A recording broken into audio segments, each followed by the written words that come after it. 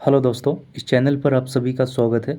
तो दोस्तों, आज के इस वीडियो में एक डिफेंस सेक्टर कंपनी के बारे में हम लोग डिटेल्स से एनालिसिस करेंगे। इस कंपनी के ऊपर हम जब रिसर्च कर रहे थे तब इसका शेयर प्राइस 750 के भाव पर मिल रहा था और अभी इसका शेयर 1847 के भाव पर मिल रहा है, जो कि अभी ऑल टाइम हाई पर चल रहा है। दोस्तों, इस वीडियो को शुरू करने से पहले मैं आप लोगों से कुछ इम्पोर्टेंट और ज़रूरी बातें शेयर करना चाहूँगा, क्योंकि आप लोग हमारे इस चैनल से जुड़ चुके हैं और आप लोग हमारे लिए एक फैमिली की तरह है। तो इसलिए मैं ऐसा कभी भी नहीं चाहूँगा कि आप लोगों को इस मार्केट में लॉस हो।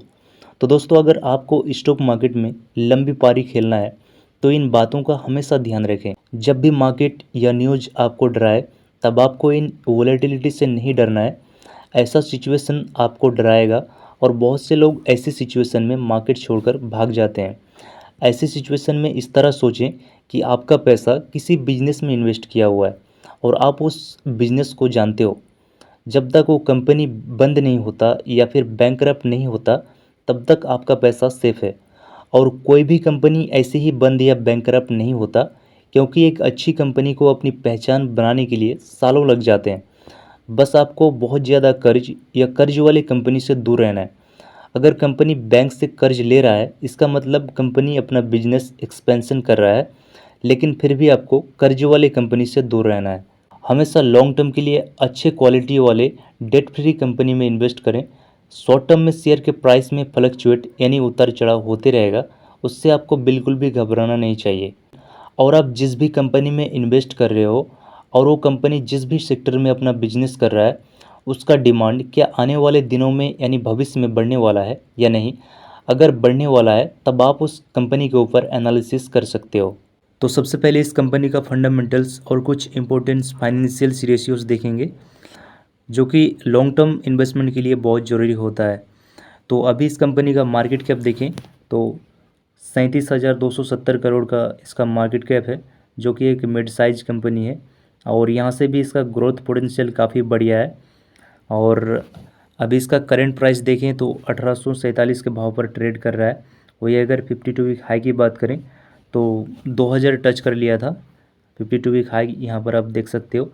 वही अगर 52 वीक लो की बात करें तो 268 रुपया था, जो कि इस कंपनी ने बहुत कम टाइम में अच्छा रिटर्न कमा के दिया है अपने शेयर होल्डर्स को।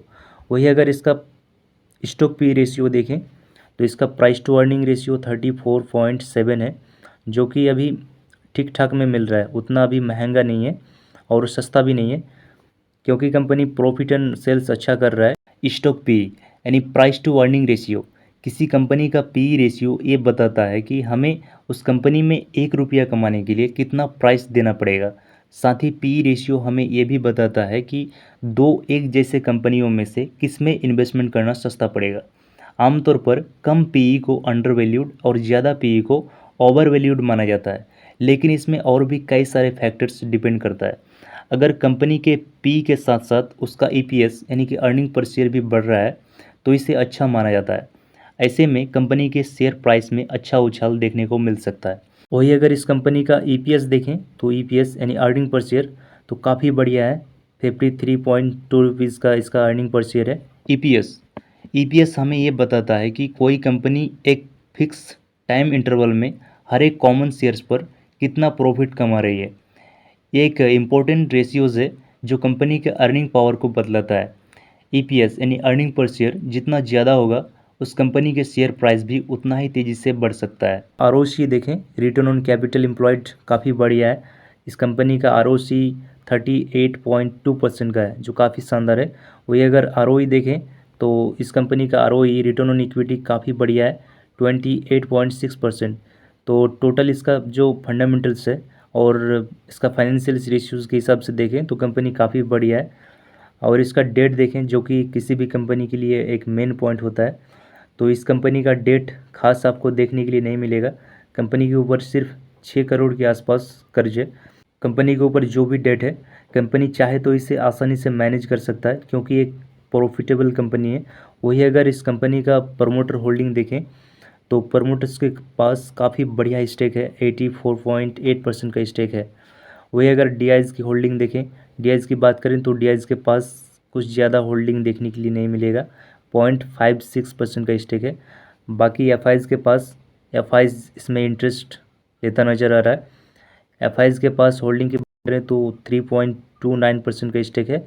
उसके बाद बाकी पब्लिक के पास है। पब्लिक के पास देखें तो 11.3% का स्टेक है पब्लिक के पास। इस कंपनी का क्वार्टरली रिजल्ट देखें तो मार्च 2020 की बात करें तो कंपनी ने 1043 करोड़ का सेल्स किया था। वही अगर इस क्वार्टर की बात करें तो कंपनी का सेल्स बढ़कर 2079 करोड़ का हो गया। तो कंपनी जो है अपना सेल्स हर क्वार्टर में इंक्रीज कर रहा है। कंपनी का नेट प्रॉफिट देखें क्वार्टरली बेसिस पर ही तो मार्च 2020 की बात करें तो कंपनी को जो प्रॉफिट हुआ था 66 करोड़ का कंपनी ने प्रॉफिट किया था। वही अगर इस क्वार्टर की बात करें तो कंपनी का जो क्वार्टरली प्रॉफिट है बढ़कर 318 करोड़ हो गया, जैसे कि आप यहाँ पर देख पा रहे हो। तो कंपनी हर क्वार्टर में सेल्स एंड प्रॉफिट ठीक ठाक कर रहा है और इसीलिए कुछ ही दिनों में कंपनी का जो शेयर प्राइस है काफ़ी बढ़ रहा है, काफ़ी अच्छा खासा परफॉर्मेंस कर रहा है। वही अगर इस कंपनी का ईयरली बेसिस पर प्रॉफिट एंड लॉस स्टेटमेंट देखें तो मार्च 2012 की बात करें तो कंपनी ने जो सेल्स किया था 2278 करोड़ का कंपनी ने सेल्स किया था। वही अगर इस साल की बात करें तो कंपनी का सेल्स बढ़कर 7827 करोड़ हो गया। तो कंपनी क्वार्टरली बेसिस पर ही नहीं बल्कि ईयरली बेसिस पर काफ़ी बढ़िया सेल्स कर रहा है। यहाँ पर कंपनी का आप सेल्स देख सकते हो, हर साल कंपनी अपना सेल्स इंक्रीज किया जा रहा है। इस कंपनी का नेट प्रॉफिट देखें ईयरली बेसिस पर तो मार्च 2012 की बात करें तो कंपनी ने जो प्रॉफिट किया था 494 करोड़ का प्रॉफिट किया था, जो कि कंपनी का इस साल प्रॉफिट बढ़कर 1073 करोड़ हो गया। तो कंपनी हर साल हर क्वार्टर में अपना सेल्स एंड प्रॉफिट इंक्रीज कर रहा है, जैसे आप यहाँ पर इसका जो स्टेटमेंट है आप यहाँ पर देख पा रहे हो। बैलेंस शीट देखें तो इस कंपनी का जो बैलेंस शीट है काफ़ी स्ट्रॉन्ग दिख रहा है। मार्च 2012 की बात करें तो कंपनी के पास जो रिजर्व था 1319 करोड़ का रिजर्व था कंपनी के पास। वही अगर इस साल की बात करें तो कंपनी का रिजर्व बढ़कर आप यहाँ पर देख पा रहे हो कंपनी का रिजर्व बढ़कर 3976 करोड़ हो गया।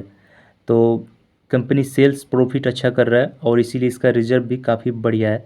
वही अगर इस कंपनी के ऊपर ब्रोइंग की बात करें तो कुछ खास ब्रोइंग देखने के लिए नहीं मिलेगा।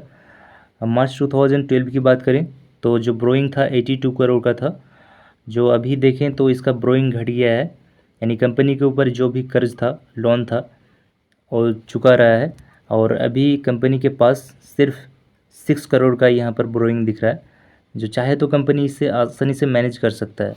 तो अभी इसका शेयर्स जो है ऑल टाइम हाई पर नज़र आ रहा है।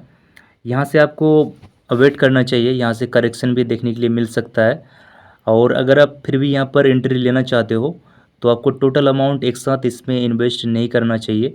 कम से कम आपके पास, यानी आप इस कंपनी में जितना भी इन्वेस्ट करना चाहते हो उसका कम से कम 30% आपके पास होना चाहिए। आगे चलकर अगर इस कंपनी में करेक्शन या फिर इसका शेयर्स डाउन आता दिखे तो आप वहाँ पर एवरेज कर पाओगे। इस कंपनी का अगर पी यानी प्राइस टू अर्निंग रेशियो और ईपीएस अर्निंग पर शेयर का जो चार्ट है वो देखें तो इसका ईपीएस और पी एक साथ इंक्रीज हो रहा है, जो कि किसी भी कंपनी के लिए अच्छा माना जाता है। अगर किसी कंपनी में आपको देखने के लिए मिले कि उसका अगर पी यानी प्राइस टू अर्निंग रेशियो और अर्निंग पर शेयर हर साल इंक्रीज हो रहा है तो उसके शेयर प्राइस में भी अच्छा परफॉर्मेंस, अच्छा उछाल देखने के लिए मिल सकता है। इस कंपनी का नाम मैज़गॉन डॉक शिप बिल्डर्स है, आप जैसे कि आप यहाँ पर देख पा रहे हो। और ये वीडियो सिर्फ एजुकेशनल पर्पज़ के लिए है, किसी भी तरह के बाय या सेल का रिकमेंडेशन नहीं है। और अगर फिर भी आप इस कंपनी के बारे में और भी डिटेल से जानना चाहते हो तो इसका वेबसाइट है, आप यहाँ पर जाके इस कंपनी का जो वेबसाइट है वहाँ पर जाके आप डिटेल से जान सकते हो। आपको वहाँ पर इस कंपनी का एनुअल रिपोर्ट मिलेगा, आप डाउनलोड करके डिटेल से पढ़ सकते हो। एनुअल रिपोर्ट आप चाहे किसी भी चीज़ में या फिर किसी भी कंपनी में इन्वेस्ट कर रहे हो तो उसका एनुअल रिपोर्ट ज़रूर पढ़ना चाहिए।